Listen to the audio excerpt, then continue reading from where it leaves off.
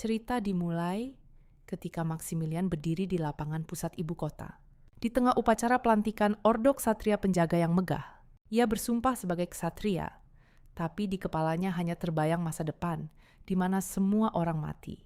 Ia tahu setidaknya 30% dari 40 ksatria baru akan membelakangi kekaisaran.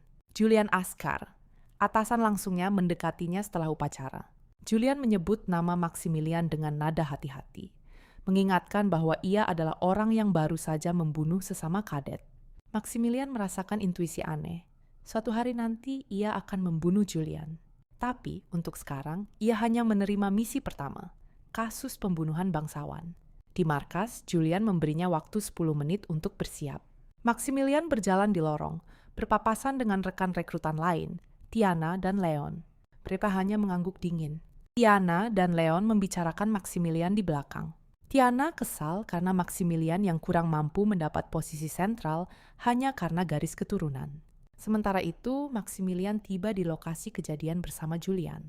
Korban adalah bangsawan bejat yang tewas di ruang bawah tanah rumahnya. Maximilian menemukan jejak kaki anak kecil dan sebuah buku sketsa dengan gambar taman yang meninggalkan jejak energi Eisenheim. Julian meninggalkannya sendirian untuk menangani kasus tersebut, lalu pergi ke taman terdekat dan menemukan seorang anak kecil yang bersembunyi. Julian menyembunyikan anak itu saat Maximilian tiba. Tapi Maximilian mendekati anak itu, membisikkan sesuatu, lalu dalam sekejap memenggal lehernya dengan kecepatan kilat. Julian terkejut. Maximilian hanya berkata bahwa berdasarkan hukum kekaisaran, pembunuhan bangsawan dihukum mati seketika tanpa memandang alasan. Siapa tahu makhluk seperti ini bisa tumbuh menjadi monster yang tak seorang pun bisa hadapi, katanya. Julian mengamati Maximilian mengeksekusi anak itu. Fragmen hitam di tubuh Maximilian menyerap sebagian kecil mayat, tanpa menarik perhatian. Wartawan datang dan memotret kejadian tersebut. Dalam keheningan yang canggung, mereka kembali ke markas. Maximilian menulis laporan dan dipanggil menghadap komite peninjauan. Komite terdiri dari Adria von Hardenberg, seorang ksatria senior yang sebenarnya adalah mata-mata revolusioner, dan seorang ksatria laki-laki. Adria memberitahu bahwa Maximilian dilaporkan oleh jurnalis Alfons von Stauffen dan mengejek agar Maximilian segera membungkamnya. Maximilian menjawab dingin. Menekan keyakinan seseorang melalui kekerasan bukanlah cara Ebenholz. Ia pergi ke Institut Forensik Imperial Eton untuk melihat hasil otopsi anak tersebut. Pemeriksa menyatakan korban adalah setengah manusia, tapi belum pasti apakah Eisenheim karena usianya masih muda. Pemeriksa merasa simpati pada anak yang tubuhnya penuh luka akibat perlakuan bangsawan tersebut. Maximilian memeriksa rekening pribadinya dan menemukan 18,7 juta dolar. Ia pergi ke agen properti untuk membeli rumah di Jalan von Kleinschmidt. Agen memberitahu ada rumah mewah yang dijual mendesak, tapi pemiliknya dalam situasi rumit karena Viscount Rodriguez dari Garda Kekaisaran mengklaim hak penyitaan. Maximilian memperkenalkan dirinya sebagai ksatria Ordo Penjaga.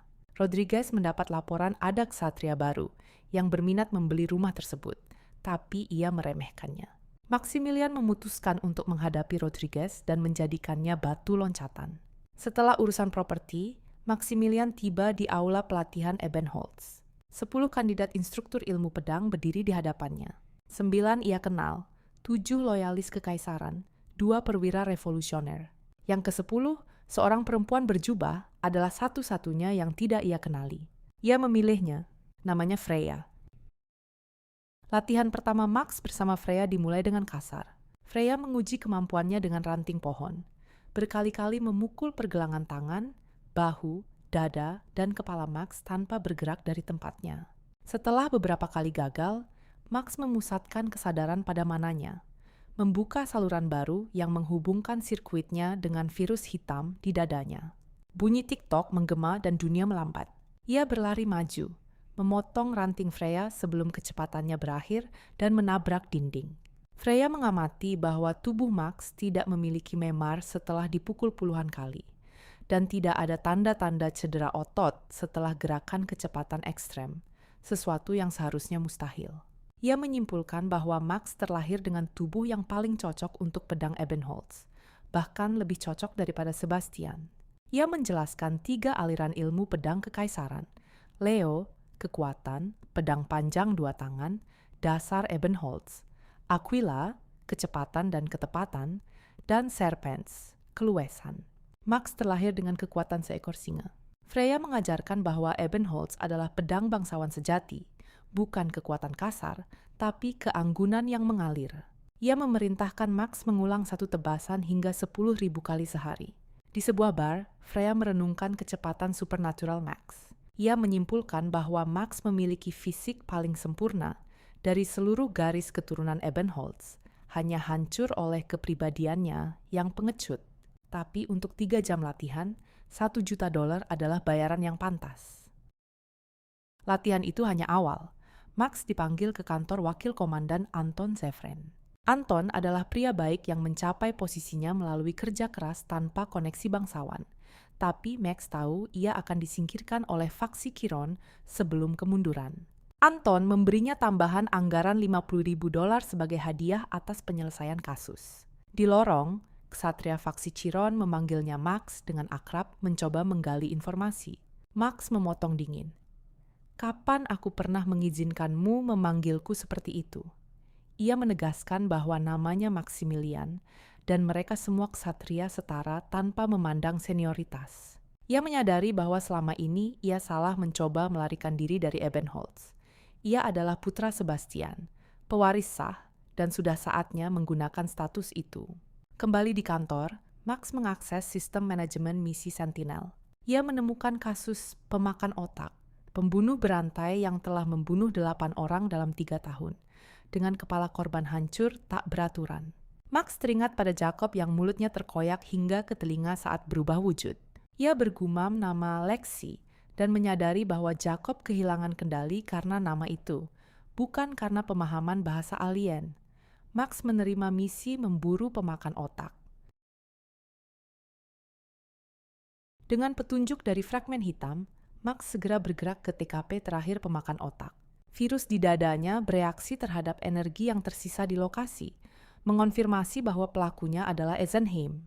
Virus itu menarik tubuhnya ke tanah dan menyerap sisa energi dari darah korban, memberi Max sensasi dan petunjuk arah. Dengan virus sebagai kompas, ia menelusuri jejak hingga ke sebuah rumah mewah di kawasan bangsawan ibu kota.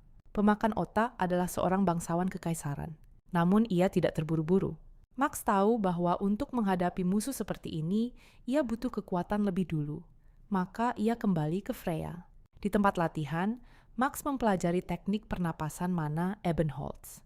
Metode kuno yang memurnikan mana internal alih-alih menarik dari luar. Metode ini tidak efisien secara biaya. Membutuhkan ramuan senilai 50 juta, tapi menghasilkan kualitas mana unggul.